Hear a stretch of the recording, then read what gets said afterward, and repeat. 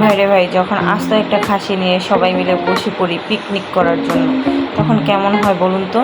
হ্যাঁ, ঠিক এরকমটাই হয়েছে। আমরা আর কি পিকনিক খেলবো অনেক দিন আগেই বলা হয়েছিল, বাট কেউ করা হয়নি, সবাই ব্যস্ত ছিল। ফাইনালি আমাদের পিকনিকটা হলো এবার। প্রথমে দেখছেন সবাই মিলে আর কি খেতে বসে পড়েছি। তো আর কি বাচ্চারা সবাই, বড়রা সবাই একসাথে খেতে বসছে, সবাই আনন্দ করে। আসলে একসাথে খাওয়ার আনন্দটাই একটু অন্যরকম। হ্যালো বন্ধুরা, আসসালামু আলাইকুম। কেমন আছেন সবাই? আশা করি সবাই ভালো আছেন, আমিও ভালো আছি। তো এবার আসি মূল ভিডিওতে। তো এই যে দেখুন, আমাদের আজকে পিকনিকের কুটাকাটি চলছে, ধোয়াধাই চলছে। তো ধোয়াধাই ভালোভাবে পরিষ্কারভাবে কেটে কুটে ধুয়ে আমরা এগুলো প্রসেসিং করে নিচ্ছি। দেখুন এখানে ভাত বসিয়ে দিয়েছি। তো আসলে ভাতটা আমাদের 3বার করে বসানো হয়েছে, যেহেতু মানুষ বেশি, তাই আর কি এক পাতিলে আর কি বড় পাতিল ছিল না, এই জন্য এই পাতিলে করে আর কি 3বার রান্না করতে হয়েছে। আসলে এই স্ট্রাগলটা ভাতের মধ্যে দিয়েই গেছে সত্যি বলতে। তো এই দেখুন এখানে পেঁয়াজ কাটা শুরু হয়ে গেছে। আসলে আমার এক বড় বোন আর কি পেঁয়াজটা কাটতে দিয়েছিলাম, ওনাকে কুটাকাটি করতে দিয়েছিলাম। উনি খুব তাড়াতাড়িভাবে আর কি কাটতে পারে, এই জন্য ওনাকে বসিয়ে দেওয়া হয়েছিল। তো এখানে আলুগুলো ছিলে ধোয়া হচ্ছে, কারণ এই আলুগুলো খাসির তরকারি দেওয়া হবে, আর হলো আপনার আলুর ভর্তা করা হবে।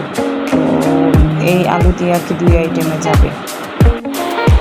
এই দেখুন এখানে খাসির গোস্ত ধোয়া হচ্ছে, একটু ভালোভাবেই ধোয়া হচ্ছে, কারণ খাসির মাংস জানেনই তো একটু পছন্দ থাকে। তো একটু ভালোভাবে না ধুইলে আবার হয় না। তো ভালোভাবে ধুয়ে নিয়ে তারপরে আমরা এগুলোতে মশলা মেশাবো। তো চলে আসলাম মশলা মেশানোর জন্য। ভালোভাবে ম্যারিনেট করার জন্য আগে দিয়ে দিচ্ছি টমেটো, তারপরে দিয়ে দিচ্ছি কাঁচামরিচ, তারপরে এর মধ্যে পেঁয়াজ দেওয়া হচ্ছে। এরপর দেওয়া হবে আরও যাবতীয় যা মশলা লাগে, তো হলুদ মশলা সব কিছুই দেওয়া হবে।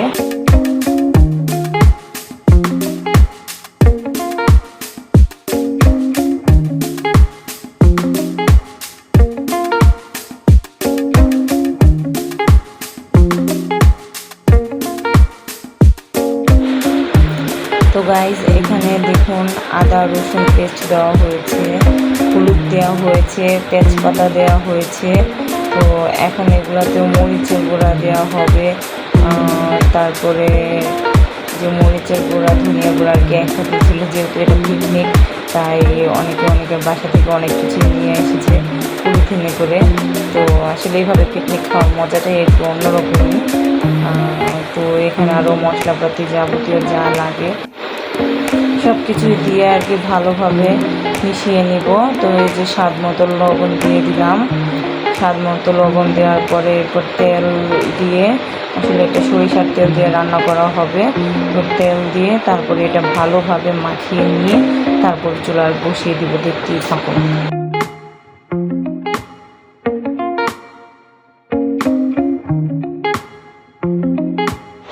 এই দেখুন এখন মাংসগুলো ভালোভাবে মাখিয়ে নেওয়া হচ্ছে সব মশলার সাথে। আসলে ভালোভাবে মাখিয়ে নিলে কিন্তু তরকারির স্বাদটা খুবই ভালো আসে। তো এটা দেখুন এখন দারচিনি আর কি উঠায় রাখছিল, কারণ মাখতে গেলে হাতে বাঁচবে, তাই আর কি উঠায় রাখা হয়েছিল। তো এই যে মাখা শেষ, এই দারচিনিগুলো দিয়ে দিলাম। তো এই যে দেখুন এখন পরিমাণ মতো পানি দিয়ে বাস চুলার মধ্যে বসিয়ে দিব। তো এই যে চুলায় বসিয়ে দিলাম। তো কিছুক্ষণ পর বলক আসুক, তারপরে এগুলো নাড়া দিব। তো এখানে দেখুন আমি আলু বসিয়ে দিয়েছি রাইস কুকারে, আর কি আলুটা সিদ্ধ করে নিয়েছিলাম, যেহেতু আমার বোনের ঘরে আর কি ডাল রান্না হচ্ছিল, মসুরের ডাল, আর আমার ঘরে আর কি মাংসটা বসিয়ে দিয়েছিলাম, আর এই রাইস কুকারে আলুটা সিদ্ধ করছিলাম। তো এই আর কি এইভাবে রান্না চলতেছে। তো দেখতেই থাকুন মাংসটা কীভাবে রান্না করা হয়।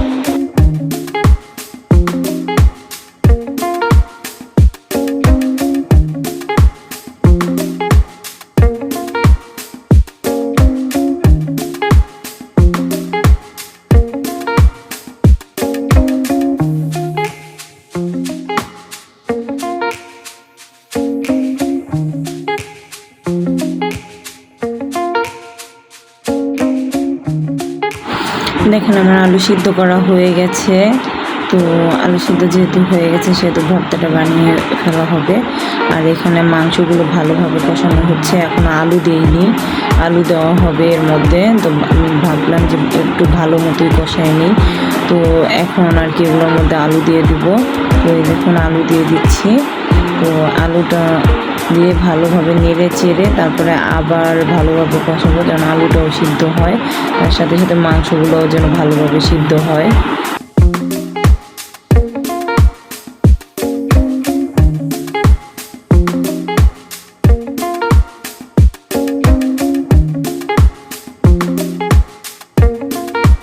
তো এখন ভালোভাবে নেড়ে চেড়ে আর কি এটাকে ঢাকনা দিয়ে ঢেকে দিব, আলুগুলো সিদ্ধ হয়ে যায় ভালোভাবে।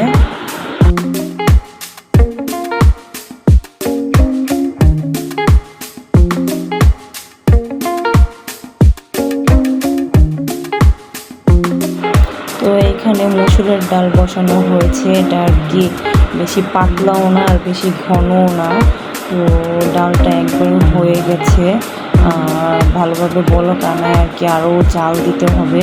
বলক আনায় আর একটু পানি টানাতে হবে, পানি টেনে গেলে তারপরে এটাকে বাগার দিব। তো এখানে আমার আলু অলমোস্ট সিদ্ধ হয়ে গেছে, সব কিছুই ঠিক আছিল। ভালোভাবে কষিয়ে এবার পানি দিয়ে দিচ্ছি পরিমাণ মতো, যেহেতু মানুষ বেশি তাই সবাই একটু ঝোল ঝোলে খেতে চাইছে। তো এই তো আর কি নাড়াচাড়া দিয়ে যে পানি দিয়ে ঢেকে দিলাম। এখন দেখুন ভালোভাবে এখন আরও এগুলো ঝোল টানাতে হবে। এখানে দেখুন আলুগুলো ভালোভাবে ম্যাশ করে নেওয়া হচ্ছে। আলুগুলো ভালোভাবে ম্যাশ করে নিয়ে এখানে মরিচ, পেঁয়াজ ভেজে নিয়েছি, মরিচ ভেজে নিয়েছি। তো এখানে এগুলো সব একসাথে মিক্সড করে তারপরে ভর্তাটা বানানো হবে। আলুর ভর্তা আসলে পিকনিকে যদি ভর্তা না হয় তাহলে কীভাবে হয় বলেন তো? এই জন্য আর কি ভর্তার আইটেম, ডাল এগুলো আসলে চলেই, এগুলো ছাড়া আসলে হয় না খাওয়া।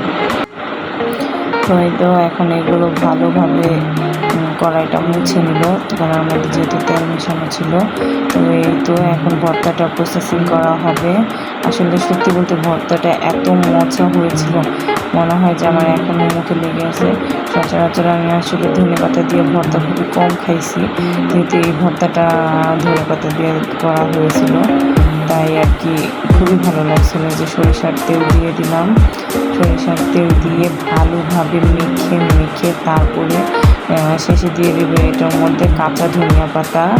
তো ধনিয়া পাতার ফ্লেভারটা জাস্ট অসাধারণ ছিল, অসাধারণ। তো ধনিয়া পাতা দিয়ে তারপরে এটাকে আরও ভালোভাবে মেখে নেবে। এই যে দেখুন ধনিয়া পাতা দিয়ে দিলাম।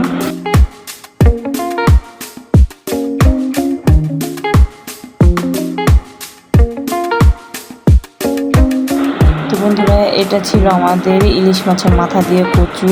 তো এই যে দেখুন আমাদের তরকারির ফাইনাল লুক। মাশাআল্লাহ অনেক সুন্দর, অনেক সুন্দর আর অনেক মজা হয়েছিল। তো এই তো আর কি সবাই খেতে বসে পড়লাম। তো সবাই মিলে একসাথে খাওয়া দাওয়া করা শুরু করে দিয়েছি। সবাই আর কি যে যার মতো করে যার মতো পরিমাণ মতো আর কি নিয়ে নিচ্ছে সবাই একসাথে। আসলে পিকনিকের খাওয়াটা মজাই অন্যরকম, যেহেতু বাহিরে পিকনিক করিনি, বাসায় করছি।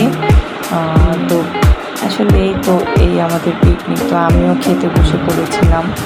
তো আগে ভর্তা দিয়ে খেলাম, ভর্তা লেবু দিয়ে ভালোভাবে, তারপরে যে আমিও খেয়ে নিলাম। এই যে এখন মাংস নিয়ে নিলাম, মাংস নিয়ে খেয়ে। তো আজকে এই ছিল আমার ভিডিও। আমাদের এই ভিডিওটা কেমন লাগলো প্লিজ সবাই জানাবেন, কমেন্ট করবেন, লাইক করবেন অ্যান্ড সাবস্ক্রাইব করে বেল আইকন ক্লিক করে আমাদের পাশেই থাকবেন। সবাইকে ধন্যবাদ, অনেক অনেক ধন্যবাদ। নেক্সটে আবার কোনো ভিডিও নিয়ে হাজির হব আপনাদের মাঝে। সেই পর্যন্ত সবাই ভালো থাকবেন, সুস্থ থাকবেন। আল্লাহ হাফেজ।